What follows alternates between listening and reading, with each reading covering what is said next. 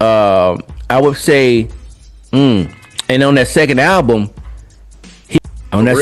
he got me. Yeah, if you had them first two albums, if I got Will Smith's with Fresh Prince and Jazzy's first two albums, I got enough. But if I just have the second album, I don't have enough. And if I just have the first one, I don't have enough. But if I got them two, I'm good. You feel me? And not like, well, I'm good on the rest of them. No, those are great albums. And those are you put in a time capsule with you in the 80s because they was raw. You feel me? And their second album got a Grammy, if I'm not mistaken. I think that's yeah. And no, he wasn't the best, but I understand why he got it. Yeah. Yeah. Because again, he had that mass appeal. Yeah. So let's count what number are you on. And I know you don't. I got all my numbers. Sound like yours are not exactly. Mine not numbered. Yeah, mine not numbered. I'm just. But on my tier, I got 1, 2, 3, 4, 5, 6 off on my tier. It's 1, 2, 3, 4, 5 off on my tier. So I got two rappers left. Your tiers? I got 2 rappers left on the second tier. Okay, so it's on me. Khari, what's up? Drop some dope on these fools. I represent the gay area.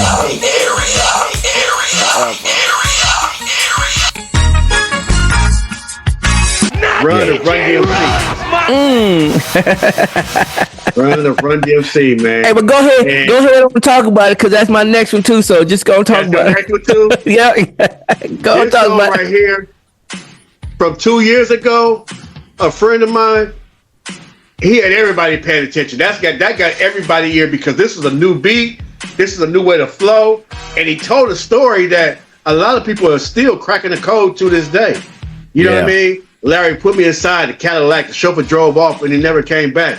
And people don't understand. They think you would think he said, Jay cut the record down to the bone. But no, he said Dave cut the record down to the bone because this is before Run DMC actually came together when he got hooked up to like that, and it was a cat named Dave that was DJing for him. So, man, don't forget about don't forget about Larry Smith. When he said Larry put me inside the Cadillac, that's Larry Smith from the producer. Larry Smith. Yeah. To us, he was the best producer of the decade. Yes, sir. Yes, sir. Check out our episode 5, 4, 3, 2, 1. We talked about the 4 producers, and he was. Spoiler alert, he was the top one, but go back and listen to that episode and check it, and you'll be enlightened about a lot of history. Of course, we got to give New York their props because that's where it all started at. And Larry Smith was that dude that, I don't know if hip hop is there. First of all, no Run DMC, no hip hop, but no Larry Smith, no Run DMC. You talk, and those 5 albums that I picked, and those 5 albums you picked about the producer because Dre was there for me. But then when you talked about those 5 albums and how they made me feel, I was like, ooh, I changed right then because I said, he right. Unscripted. This is unscripted. And I said, and I was convinced, and I'm like, it wasn't even an argument. It was like, hey man, the jury's out. the jury come back. Yeah. So this is what it is. You got 2 more rappers, right? You got 2 more rappers in that tier. Run. Right, so the next, but Run. I told you. Yeah. You said Run DMC. Right. So Run. That's right. Yeah. Well, I'm gonna go ahead and slide the Ice Cube, man. Ooh. Slide the Ice Cube. I know he probably got higher up on yours, but there's a reason why. Okay. I wasn't as high on Ice Cube as everybody else was on that NWA Straight Outta Compton album. I know he was very instrumental, wrote easy raps and everything else. But the song that really got my ear by Ice Cube, like I listened to him on that NWA album, but the song, and you broke it down so profusely, the grand finale, that's when he showed me he could really rap. And then, poof, he was gone. You understand what I'm saying? Yeah. So that rap was so good that he's on my list. Yeah. But he's down there because, I like Gangsta and everything. I love the fact that when he tells a story, it seems like he's glorifying the gangsterism. However, he gives you the consequences of those actions. You know what I mean? True. I might stumble, but still won't lose. Now I'm dressed in the county blues, so on and so forth.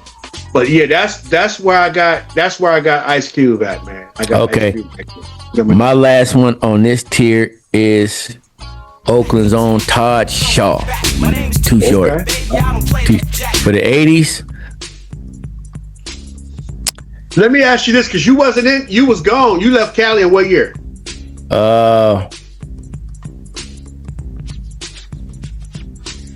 84. When you went? 84. Okay.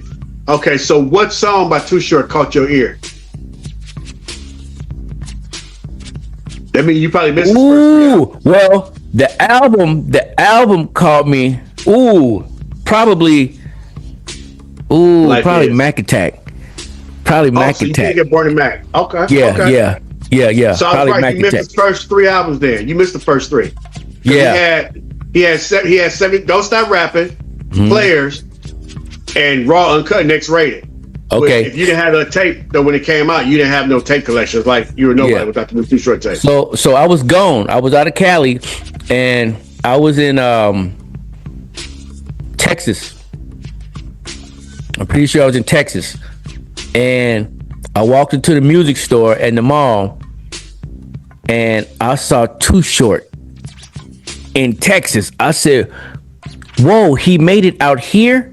Because from being from Richmond, he was just I won't say just local, but he was local. I knew of Too Short on AC Transit bus and whatnot. His name was just known. Even at Kennedy High School in Richmond, he was known. You feel what I'm saying? So you went to high school. You went to Fremont High too for a minute, didn't you?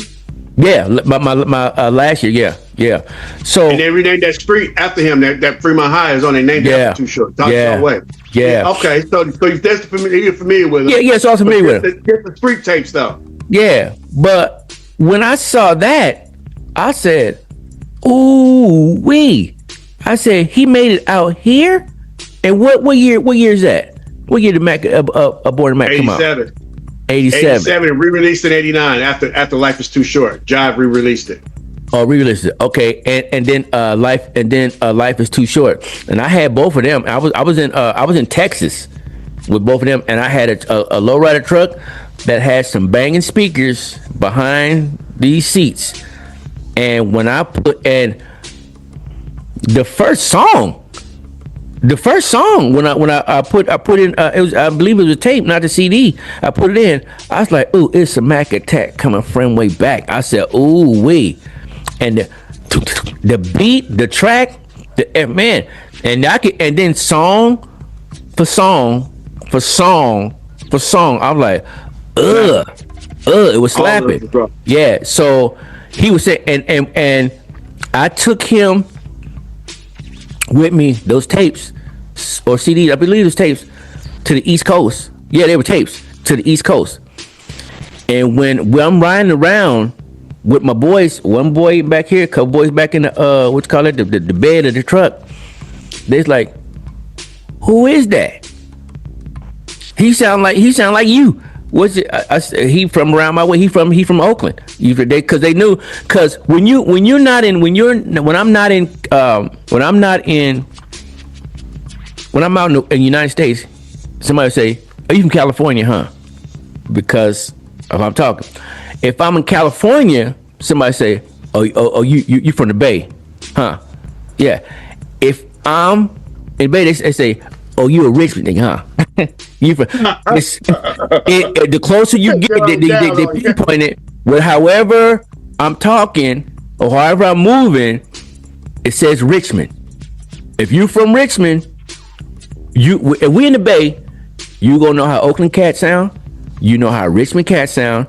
Probably Vallejo, Frisco.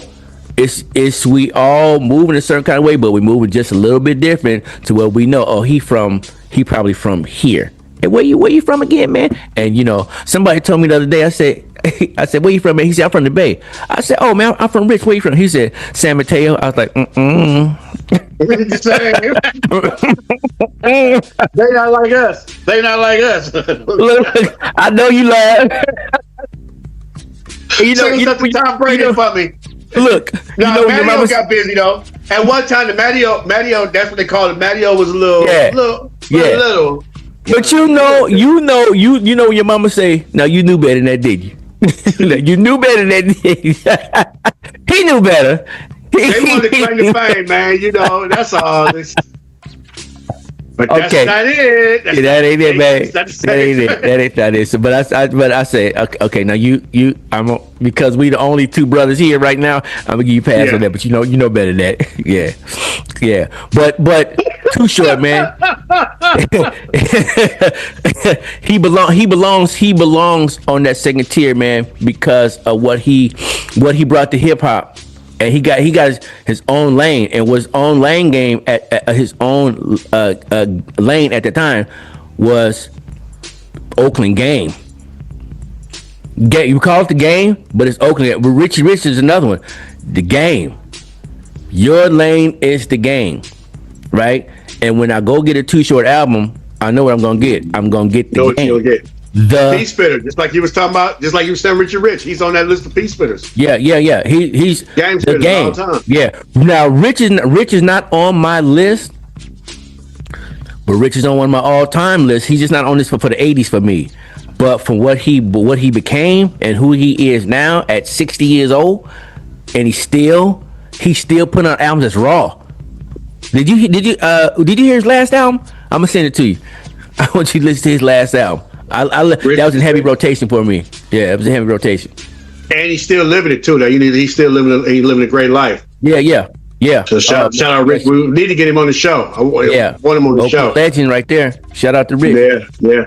Well, to round out my tier, man, I want to put him up higher than this, but I just couldn't.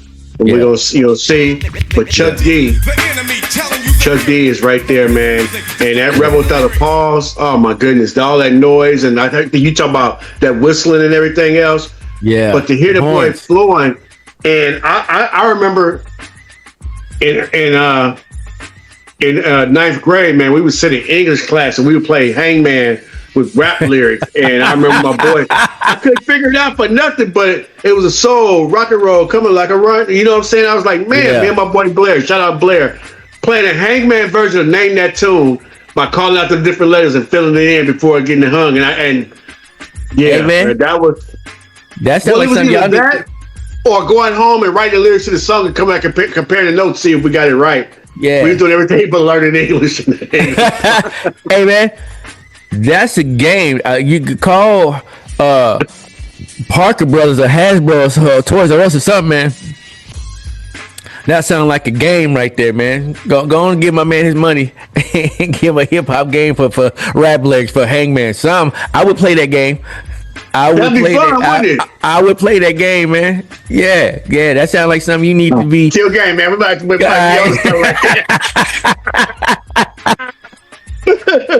I be like patented, baby. That's right. That's hard. Yeah. So here we go, man. Here we go. We transitioning now. We're entering into tier 1. The final 7.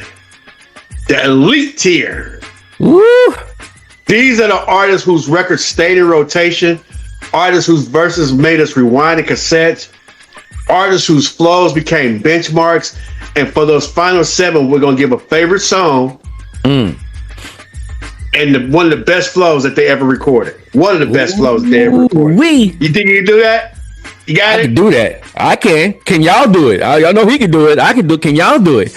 And by all means, hop in them comments. And once we do FlowChat, it's my prayer that we can have y'all on the screen with us, so y'all can talk and be a part of the conversation.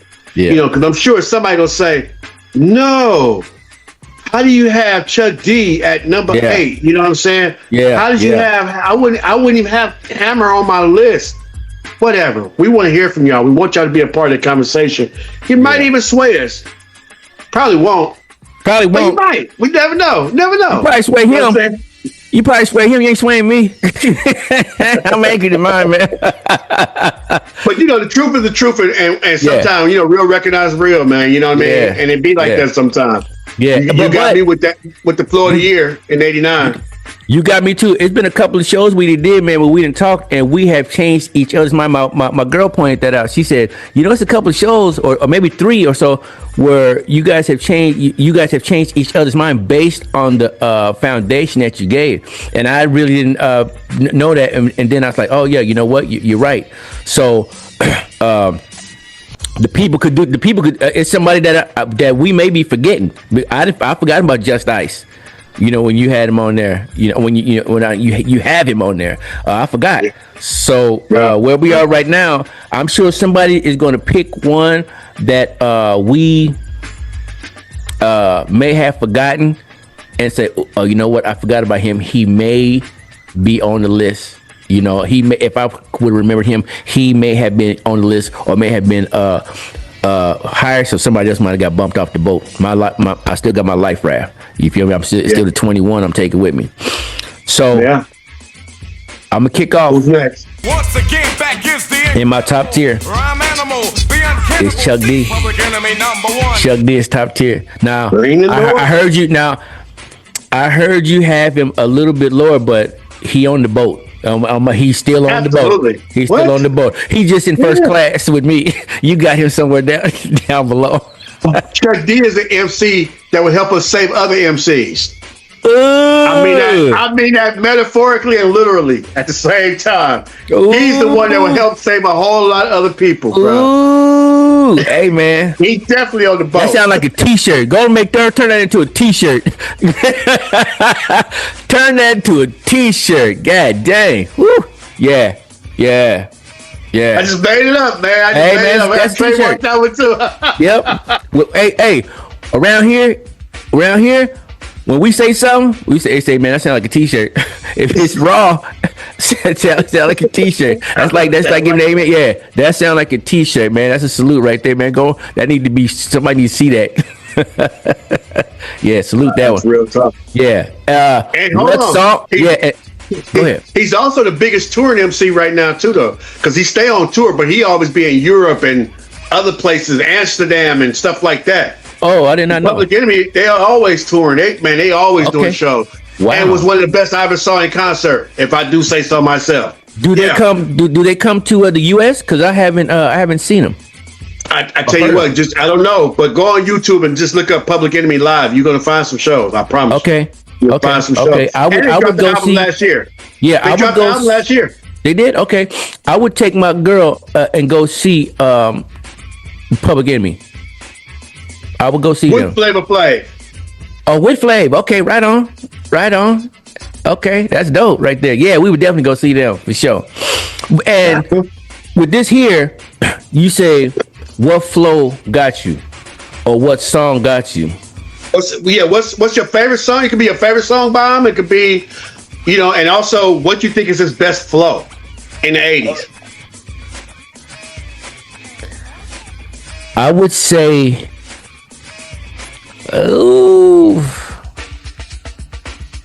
Black Steel in the Hour. 1989, the number. Another song. So that's probably both for you. That's probably your favorite song and the flow of the year for you. Hell yeah. The most important song. Yeah, it's probably song of the decade, because that's raw. That's raw. We talked about it before, and it's gonna probably be another show on the balance of the political messages of Public Enemy versus the raw street of NWA, but a cool balance. And remember I told you before, my father told me that in the 60s you needed Martin and you needed Malcolm. And then I thought about them, who would be Martin, who would be Malcolm. I said, nah, them boys on the East Coast will be Malcolm, and them boys on the West Coast will be Huey P. Newton. There was no Malcolm in them two groups right there, because both of them boys is coming with energy. You feel me? So you don't see Chris as Malcolm, KRS? He had Malcolm on the album cover. Okay. Oh no. Oh, come on, man. We stop. By any means necessary. By all means necessary.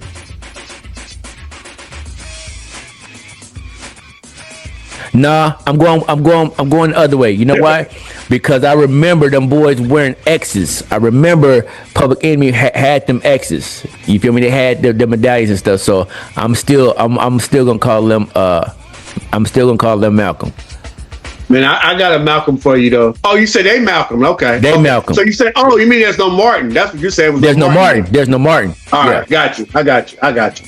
Yeah. Okay. I hear you. Yeah. I'd have to think about that one, but yeah, I hear you now. All right. Okay. Well, the bottom level of my top tier, Slick Rick the Ruler. Now this one, Ooh. the ruler, my dear. I know he on your But at least he in I know. first class. At least he in first class. You good Absolutely. to go. Yeah. My favorite song. This is the second song that I got from my boy Slick Vic, the same one that gave me the EPMD joint. Okay. Was the one that turned me on to Children's Story. Oh my goodness. You talk about a song that stayed on my mind. Man, I love that song, bro. You know what I'm saying? But the ruler's back when it comes to the flow. Come on, man. The storytelling, everything on that joint. That flow was so good that Jay-Z couldn't even improve it.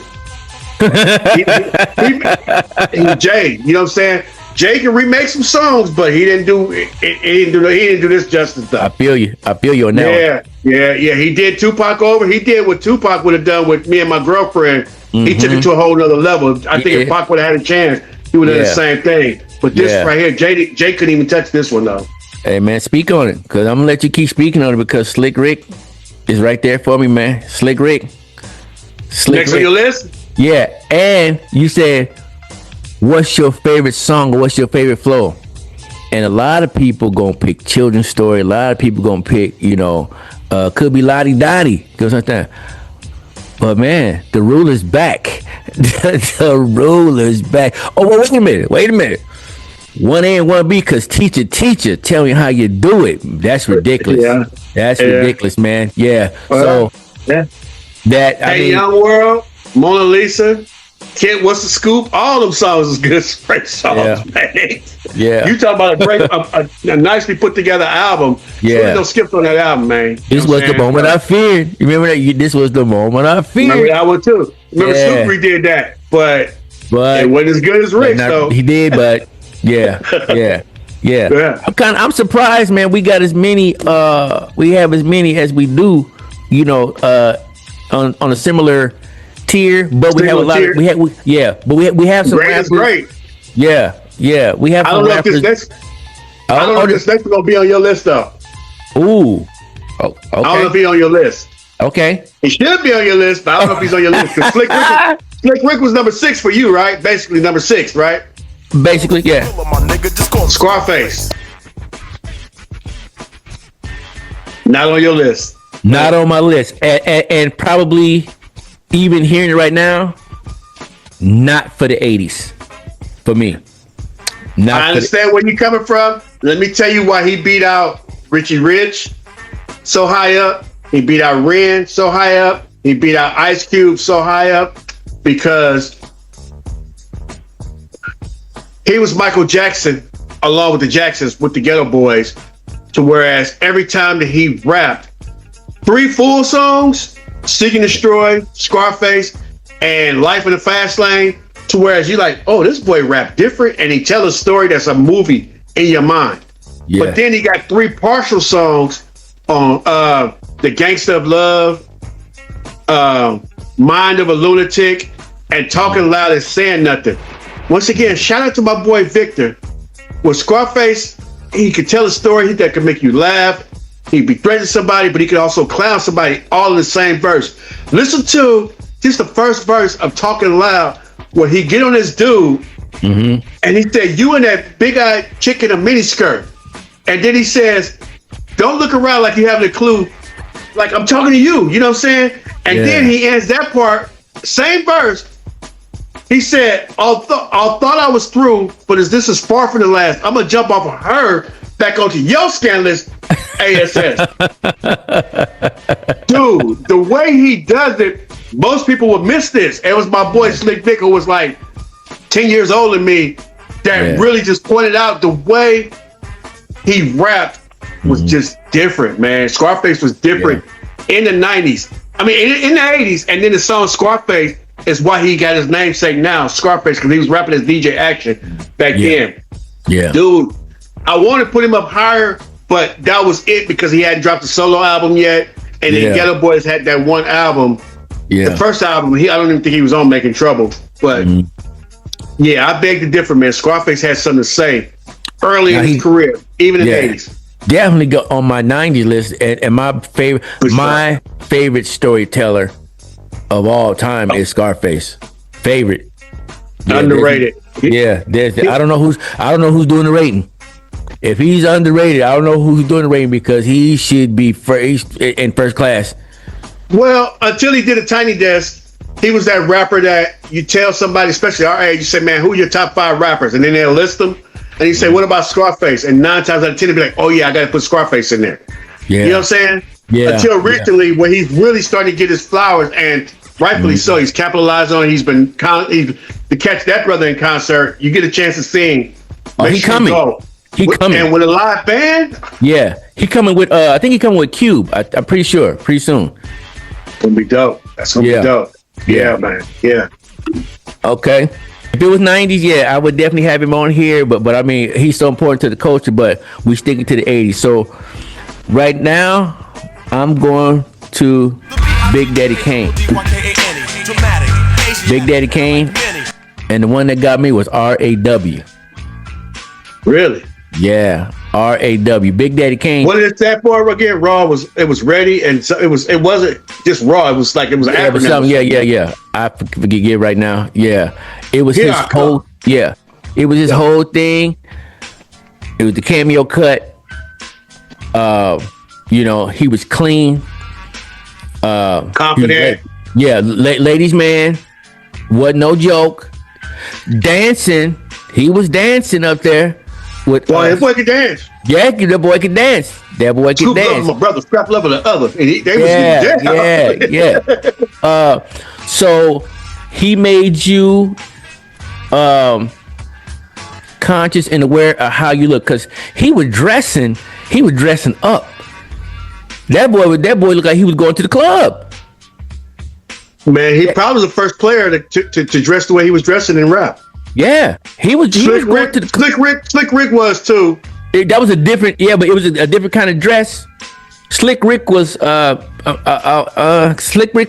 Kind of gaudy. He was kind of gaudy with it. A little excessive. Like first. Yeah, a little excessive with the gold. But that was his look. He got the eye patch is real. You feel what I'm saying? And the gold. I seen him in concert. That boy is wearing pounds and pounds of gold. Pounds of gold. Almost to where, but that's his thing. Kane was probably the first grown man. He was dressing grown man. Yeah, his shirts, it looked like he had just went to the mall and got clean. You feel what I'm saying? And then walked on stage. It looked like he even went to this day. He wear the big hats and everything now. Yeah. So now the hat takes the place of what the cameo cut was. You feel what I'm saying? I didn't think about it that way, but you're 100% right. Yeah, 100% right. What? Look at his face, smooth, chocolate. You feel what I'm saying? He dressed like he looked like and even if he had on a coat or something, even if he had on a sweatsuit, he was still clean. He was, I'm charismatic. You feel what I'm saying? I'm no joke over here, and I'm a ladies' man over here. You feel me? So he had that whole thing jumping off, man. And when you saw him, he looked like a rapper. Whatever that was, he said, man, he don't even look like. Yeah, he looked like that. He looked like what he said he was. So Raw was his best flow. Or was that your favorite song by Big Daddy Kane? I would say that's the one that got me both. I would kind of say because he got so many, but that's the one that got me. That's the one that got me to turn the radio up or get close, put my ear to the speaker or drive. And when you're driving and you listen to the words of the rapper, and all of a sudden you at your destination, you kind of forgot how you got there because you was on autopilot because you was listening to what was going on. And R.A.W. was that for me. So flow song, yeah. All right. So if my counting is right, that's number 5 on your list, right? Yep. Yeah. I put DMC up there, man. Oh, DMC there. Yeah, because of, again, first of all, they was the most cohesive duo in history. You know what I'm saying? Yes, sir. And he wrote those lyrics, most of the lyrics, to whereas they never ever sounded disconnected though. Like he was able to weave their lyrics, weave their flows together in such a way that any seamstress would have been proud. You know what I mean? So, bruh, And when you listen to Daryl and Joe, it's probably my favorite song. Yeah. You know, and then their best flow. And these are interchangeable because the best flow is Together Forever. The way he ended that with that echo, my rock is hard for my car, right? Yeah. But then on Daryl and Flow, Daryl and Joe, some at the top, but I'm on the tip. That's as high on the top as you can get. And you best believe I'll be on it. But then I can say, Hit It Run.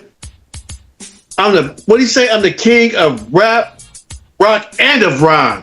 Like, in other words, the king of music. Like, I deal what I feel, and it feels fine, man. DMC was very underrated as the lyricist, man. That dude was something. And again, to be able to fit Run into it to where it was no drop off with neither one of them rhyming. You know what I'm saying? It wasn't. Yeah, out of them two, I like I said, I wanted to be, if I'm rapping, I'm taking DMC's part. Yeah. I took Run but I could rap either or. I could take one of their songs and rap the other part without missing the gaps. Oh yeah. And let DMC rap with me, or I can let Run rap with me as DMC. Okay. If I'm DMC, I can let Run rap. Did you take Run because of Ron? Did you take RON? Did you take RUN because of RON? DJ Run. It was the charisma. It was the presence. He was, Run always made himself seen. Whatever was going on, even when DMC is rapping, Run, the look on his face and everything else, and just, throwing a mic across the stage, walking back and forth. Yeah, I get it. Yeah. And when he stayed last performance, I guess he said, I didn't see the full performance, but they said he told him earlier that he was not Reverend Run that night. So he was cussing and everything. And again, but he was spitting facts. He's like, they came to see Run DMC. That's what the F we're going to get. They wasn't up stage or whatever. And he was Run. The rapper Run that we knew growing up. What I'm saying? So, yeah. But no favorite in the group because I wouldn't mind being Jam Master Jay. Hey man, yeah, for real. Either one. It was equal. It was equal. Trifecta. In their own way. Yeah. In their own way. Ooh. Okay. Next for me. Woo. O'Shea Jackson. Better known as Ice Cube. Better known as Ice Cube. Pop charts. Yeah. Now we talked about Ice Cube a little bit earlier. But for me, there is no West Coast gangster rap without Ice Cube. He's the father, the grandfather, or the godfather of gangster rap. Now, if there was somebody, Ice-T was before Cube, because Ice Cube got his name from Ice-T. However, Cube's, Ice-T's experiences were real. Ice Cube's pen was a lethal injection. What he wrote, that's what it was. Yeah, what he wrote had people on the East Coast scared for Ice Cube to come knock on your door because they thought he was gonna come in and kill you. You feel me? Them boys were scared of Ice Cube. I was in Texas. I was in Georgia, Philly, wherever. Them boys were scared of Cube. Just his voice. So they hey, man, this dude, Cube sounded like he killed 180 people. He sounded like he was bad about it. Like, for real. He sounded like he killed about 180 people, man. Depending on how many times you listen to the album a day. Cube killed a lot of people. And like he would do it effortlessly, talking about boom, boom, boom. Yeah, I was good. Hey, man, yeah, man. Come on, man. Yeah. So he to me, his pen was lethal, and later on, you saw how lethal his pen became. And I know, what was that? Not Death Certificate. What was his first album? His first America's Most Wanted. That was America's Most Wanted. Whoa. That's why they include him high, because it wasn't till 90. That's the only reason why it wasn't till 90. Yeah. Because like I said, it started for me. It started with Grand Finale. Yeah. But he kept it going with America's Most and so on and so forth. Yes, he did, and made it. It was cold. But when I heard Gangsta, F the police, the way he broke down, a B is a B, a B is a B. Come on, and man. the argument and everything on that too. Oh man, come on. Yeah, bro. he argued. How he broke her down. Goofy, stupid. Yeah. So to me, and I don't know how, a lot of men get at their women, but I ain't never been a trick. I ain't never been a trick, and look it up if you need to.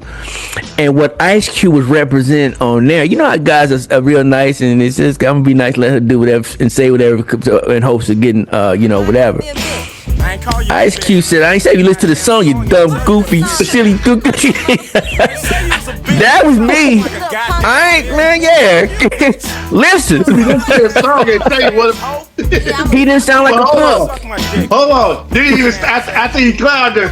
I once knew it got slapped because she played me like she was all that. yeah, man. He was too hard for the radio for real, man. He was too hard for the radio. That dude. And he didn't sound like a sucker for the girls. He didn't sound like a sucker for the boys, but then he didn't sound like a sucker for the girls either. You feel what I'm saying? So yeah. So I'm grabbing. So when you say that, when he was saying a B is a B, he put it on wax. Now, I'm not advocating for you to call the woman out her name. That's not what I'm doing. But what he's saying is there are different levels and different classes of women, different tiers of women. You know, you got queens, goddesses, women, bees, hoes. I mean, they depend on how you carrying yourself. Is how we're gonna label you. I don't know how you labeling yourself, but if you go talk to any woman and ask her, say, "Do you think you're a queen?" She's gonna say, "Yeah, I am a queen." Well, you are for that category.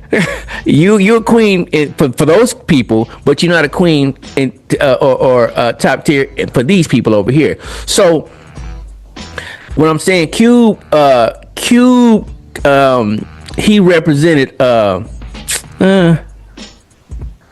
what's the word I'm looking for? He represented what real brothers, the average street brother was thinking. Whether it was after police, whether it was about this girl, whether it was about, whatever, this street life over here, drug dealing, whatever he was talking about, he made you see it. He made you see it. I think that here's the thing about it, because the argument now is that, well, he never really lived it. Well, they were the first ones to say they were street reporters, basically giving it from the street's point of view. So even if he didn't live it, he basically personified the thought of a gangbanger, of a player, or how to go about doing these different things, a dope man and whatever else. And he would tell these stories. But I'm gonna help you out with your analysis, because Ice-T was like G Money, and if you remember, G Money was shooting hoops for money, right, on the basketball court. Nino pulls up, G Money hops in, and he schools him about crack. That's Ice-T to Ice Cube. Okay. Whereas, so G Money knew about the crack first. Ice-T did the gangster rap first. Yeah. And once Ice Cube got it, he became the Nino Brown of gangster rap. That's a cold analogy. A whole nother level. Yeah. Hey, y'all listen out there, man. He just took you on a cold stroll. Did you hear that? You hear he wrote that down? Hey, man, that was a great analogy right there. So that was Ice Cube. Because he was like, and the women, talking about how the women were reacting and everything else. Yeah. And your man sitting there the whole time. He says, so this little thing right here, huh? This little thing. He said, man, they get busy for it, man. They go crazy for this.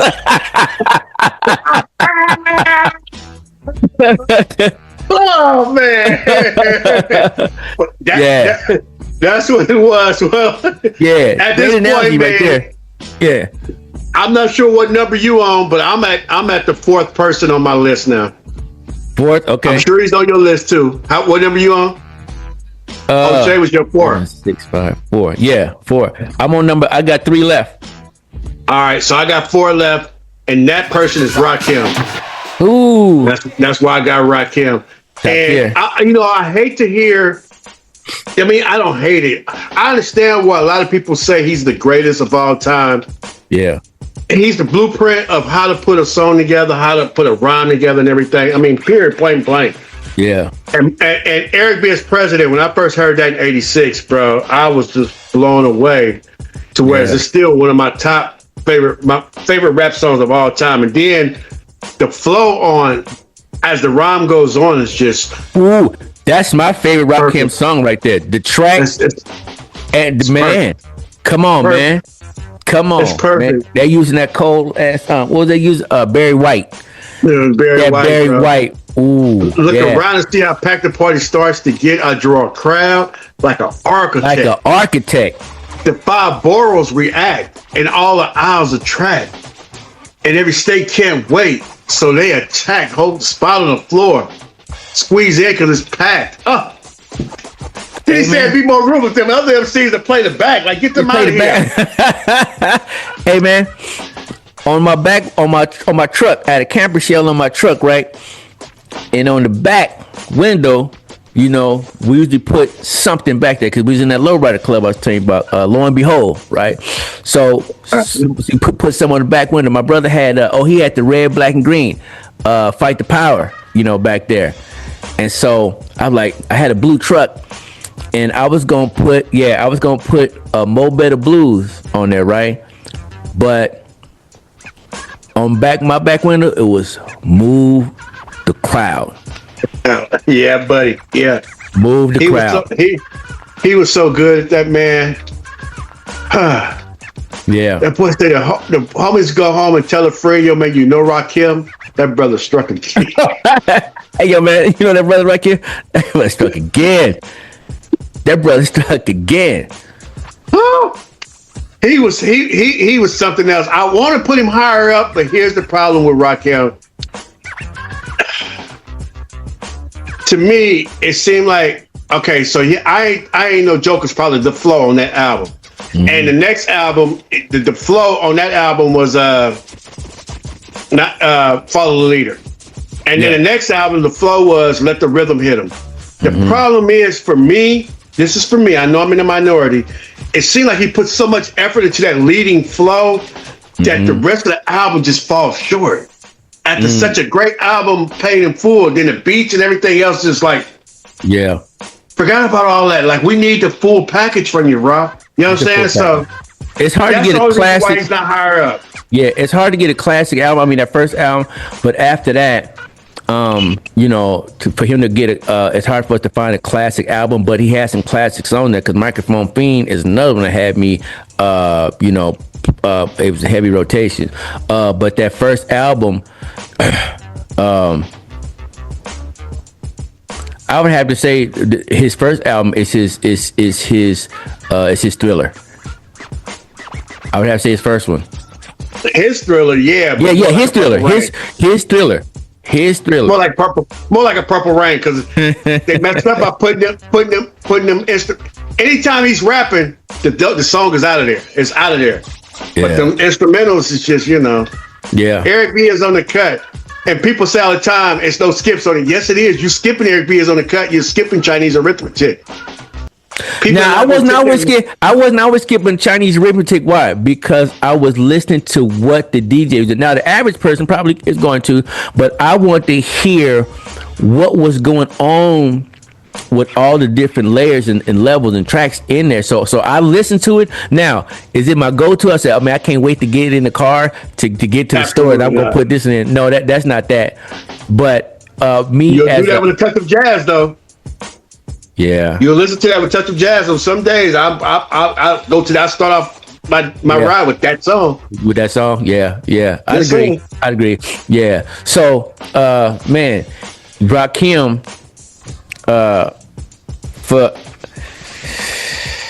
I got 3 left, and Rakim is one of those dudes. Sure, yeah. I'm looking at these other 2. Top tier. Oh, no, Definitely for sure. top tier. For sure. And you don't have to. And you said, "I'm sorry, he's not hired." Man, he in first class. We are in the first class right now. So because he in first class in row 4, that's not. He still get the steak. He still get the champagne before everybody take off. The curtain closed. We eating before we even take off.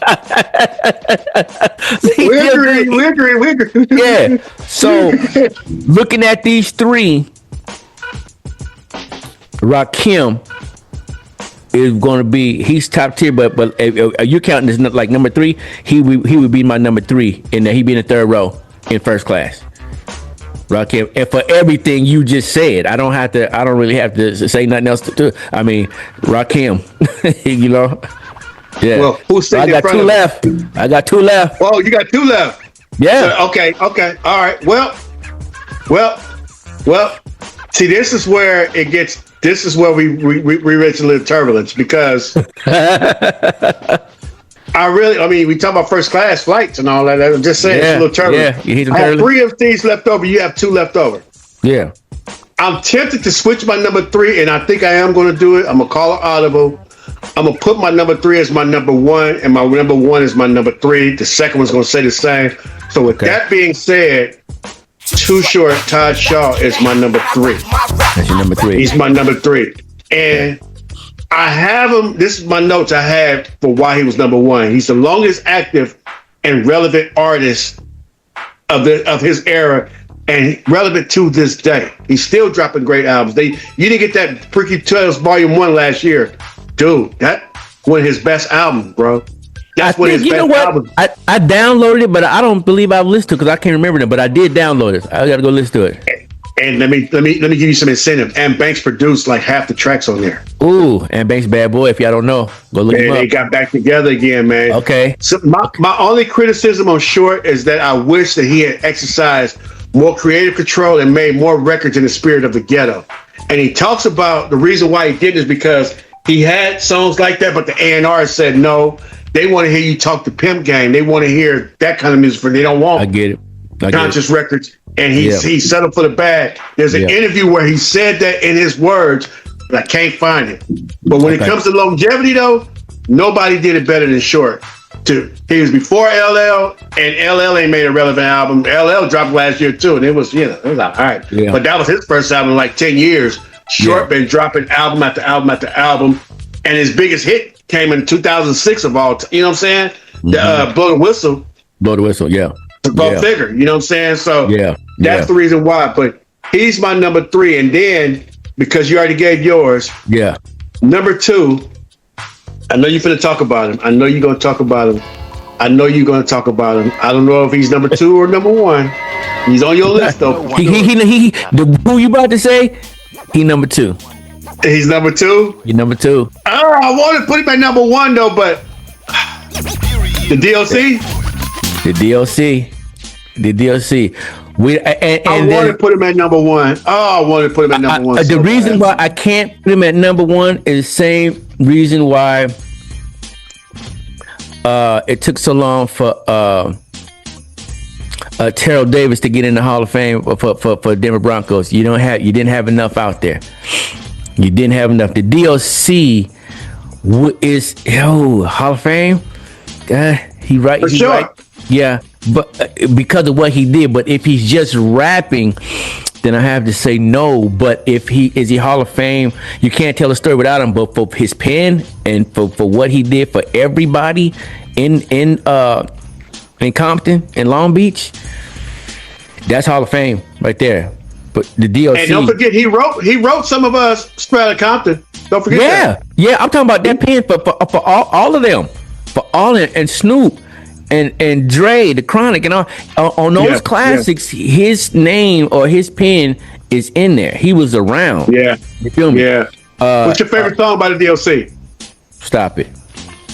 It's the formula. Oh, that's stop it. We agree.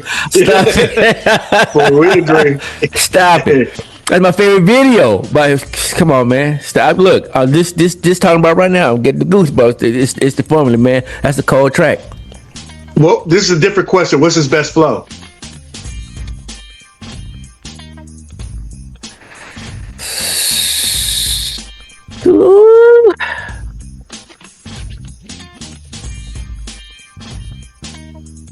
I'm gonna have to go with this funky. I'm gonna have to go with this funky enough just because of the way how it happened. Just how it happened. You have to play that story again. I'm about to play that story one more time. On your single, where did the patois in you come from? Yeah, because like you just became. You was from Jamaica all of a sudden. You just fucking doing because it sounded like that's the dopest part of the documentary. The dopest part of the documentary is Dr. Dre looks and says, "I don't know what the fuck this nigga said to this day." I don't either. Wait, you just busted out with that out of nowhere? Yeah. Were you listening to reggae or I'm anything? gonna tell you the story of that beat. This is dope. Me and And my name is confused, everyone. Me and Layla was when I found the sample, the Foster Silver's record. Right. We just in there. We was doing NWA music at the time, and I'm listening to the records. I heard that motherfucker. My eyes get big. I'm like, Dre, listen to this. He get it. He said, okay. He started trying to mess with it and couldn't find any place where he could sample it. Right. He's like, I can't sample this, man, you know. Put it back. I was like, oh, man. But I kept hearing that shit in my head. It's like, man, I went back to him about a week later. This the one, Dre. If you do this one, I can't sample it nowhere. I hit his ass up a week later. He said, fuck it. He said, you got something to it? I said, yeah. Just line my ass off. Yeah. He said, okay, I'll just play it again. So he replayed it. I'm in the other room with Layla, smoking, R.I.P. Layla, smoking and drinking, telling Layla I'm mad. Dre, I pissed Dre gonna be when he say come lay something cause I ain't got shit. And he said, you got something? And I said, fuck it. You know, I had a bunch of scrap pieces in my head that I had written 6 or 7 months earlier to other beats. So when the beat came on in my head, that alcohol said, do a Jamaican rap, doc. So, but were you into reggae at all? At that, so you just imitated what you thought was patois? Yo! But the bass line was Jamaican, though, right? The bass line was Jamaican. Yeah, the beat was Jamaican. No. Now, the way he said it was. No, it wasn't for him at that moment. In that moment, when that thing came on, that's what you heard. It sounded like Jamaican music. So that's what came out. Yeah. Rasta para.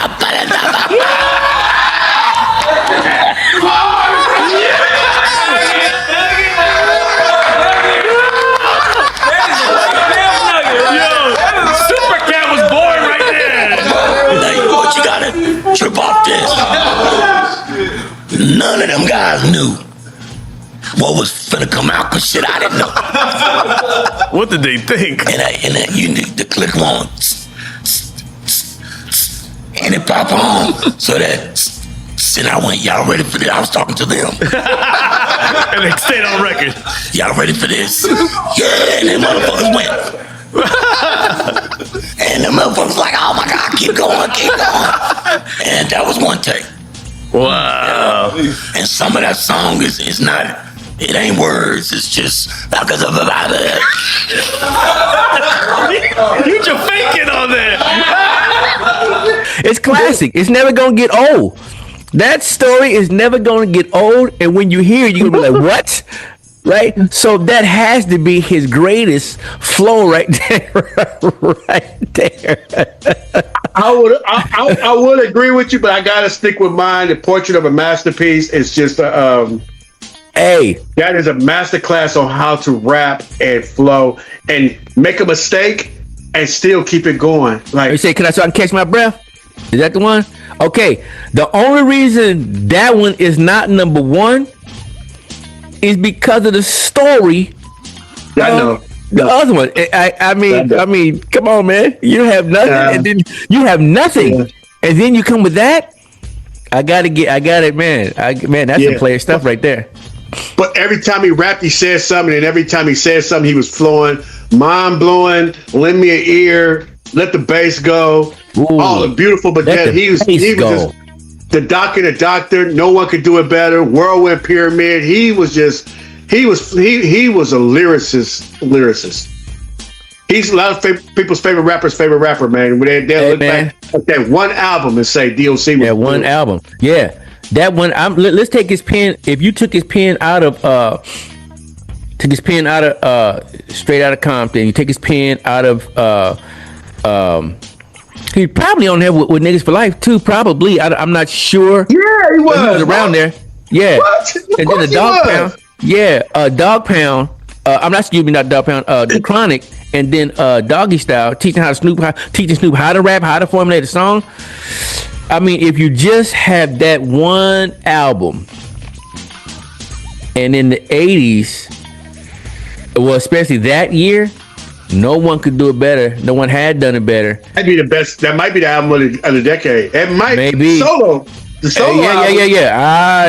Yeah. Sound like another show. That might be the solo album of the decade. Sound like a T-shirt.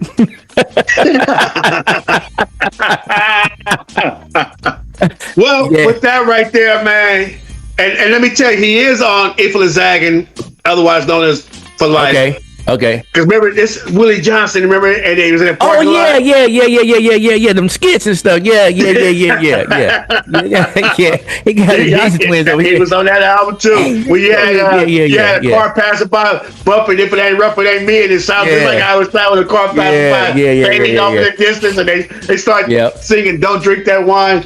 That album, I can't wait to talk about that album in '91. That right there, that's some production, heavenly production right there. Also, here's what I'm gonna say: it's very rare that you have a dope group, and then you have who's deemed to be the number one artist of that group to leave the dope group, and the dope group, in my opinion, got better because of production, whatever reason, they were better. But then that one artist that left got better too, because Cube got better after he left NWA. But NWA did not drop off. They went up. They went up. Thank you. I thought I was in the minority with that. No. Cube went up too, though. They went up. Cube got better, but the production NWA got better. On NWA's man. The next two, the 100 Miles of Running and what you call it made you wish Dre would have rapped more on Strata Compton. Like we could have had 4 verses on Strata Compton and F the Police. Like let all y'all rap. Yeah, well now he had to. But it was not a drop off on that third album, man. It was ridiculous, and the way the album start, and to me, man, one song leading to the next song. You know what? When we talked about they had the skits in there and they had the songs. When he said, "I know you going. There goes some more girls over there. Blow the motherfucking horn." Come in. I lost my mind. The world's most dangerous group. Once again, beating on your eardrums. And that's what Cube. That's when Dre showed his flow. He did. He did. But the only thing I did not like about that, there's one thing I did not like about that album. There's only one thing I did not like about that album. And that was the dissing of Ice Cube. Ice Cube did not leave y'all because he was mad at y'all. He left because of money. And so he says, I'm out going to do my own thing. And now you trash him. And now you have them picking someone aside, and they got a whole thing talking about Ice Cube. And for those probably with a weaker mind or whatever, they was probably like, yeah, man, forget Ice Cube. And I'm like, nah, man, we're not doing that. And so I was not looking forward because Cube didn't say nothing about them on America's Most. Nothing. And they wish they would have left him alone.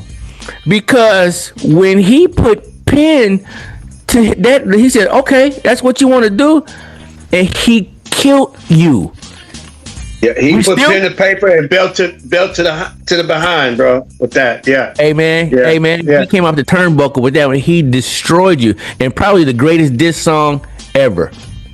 Probably. Yeah. I mean, LL got some in there too, and but that's probably one of the greatest. LL don't have a top. He don't have a top 5 diss song though.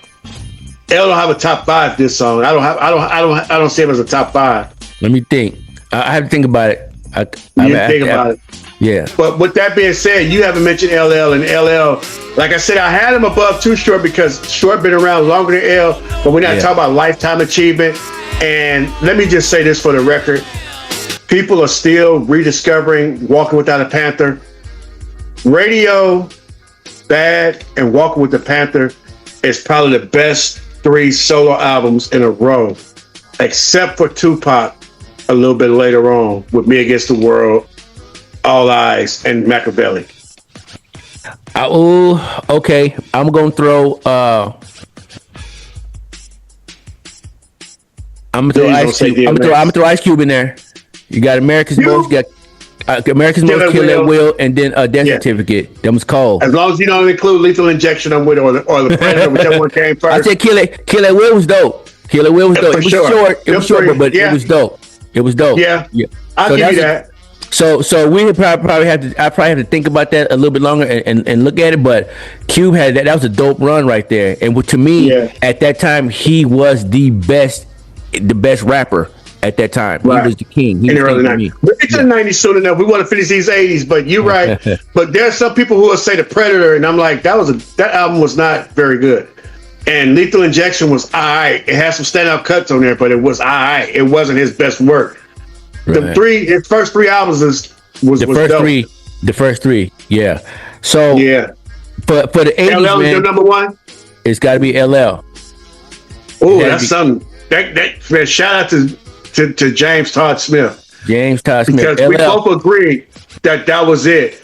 And my favorite song probably by LL is Your Rock, man. I just love the way he wrote that Larry Smith broke down beat. That's another one that he had something to do with too. Yeah. We talked about Houdini and Run DMC, but he was around with them. Around with L. Yeah. But L too. And Def Jam. He's Def Jam. He's the first one signed to Def Jam, and we see what he did at everything that he did after that. And shout out to L right now for having Rock the Bells radio on that platform on there. But he's man. I gotta get to the next one. I gotta try. I'm gonna put it on my to-do list to go to a Rock the Bells concert. Man, that was one of the best top, definitely top 5.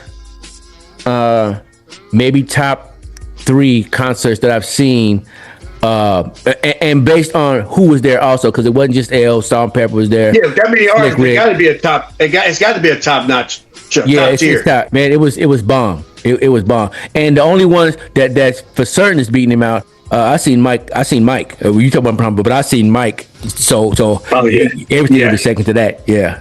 I always say, man, we'll talk about Mike one day, man. But I'll say. People use the lights to help the stage. Mike helped the lights. Mike helped the lights, man. Yeah.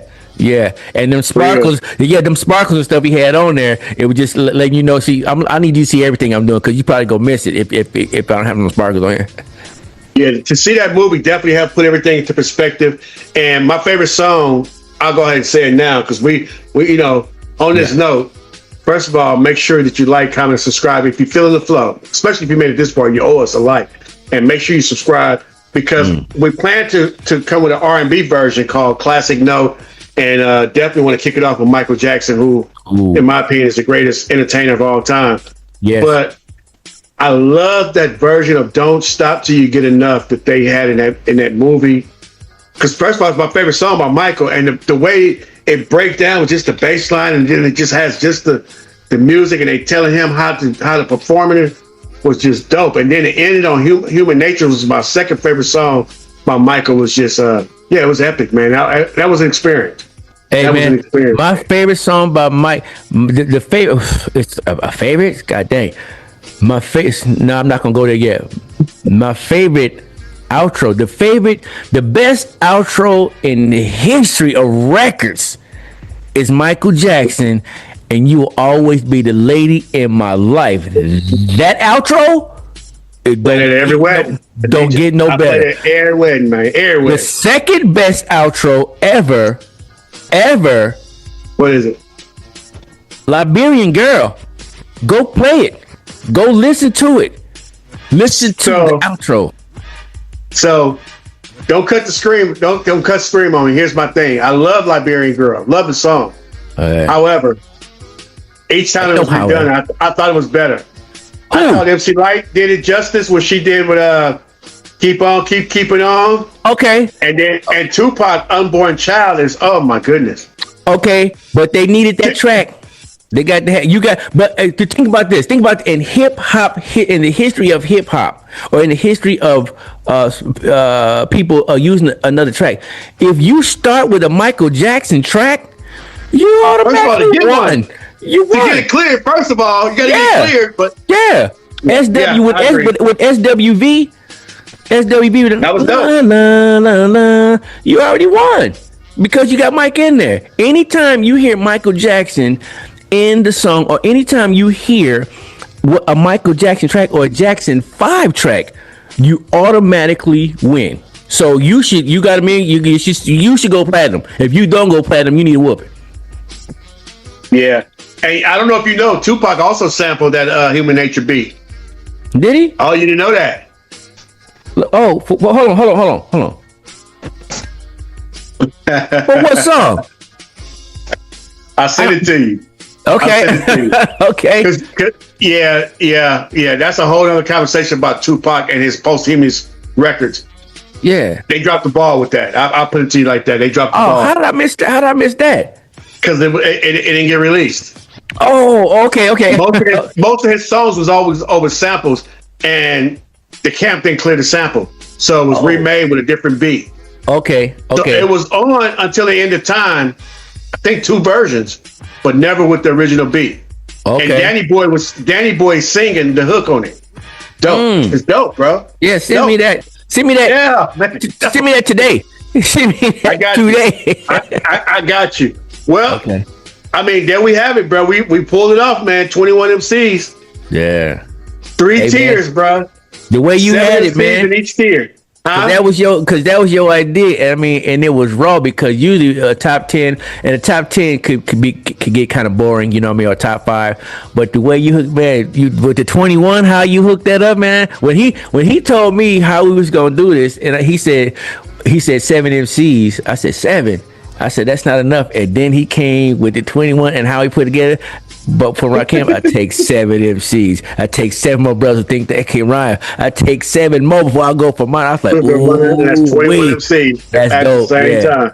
Dope. Yep. Right. Yeah. Well, that's just how we do, man. We both feel each other's fire, man, and appreciate you being on here. But now let's go ahead and talk to the people, man. Let us know who got ranked too high or who got ranked too low. You know, who got left off the list? Who would you put on the list that, we put on there? What song got your ear? What flow made you a fan of that artist? Drop your list in the comments. And don't forget, join us every Tuesday night. You gotta let us know.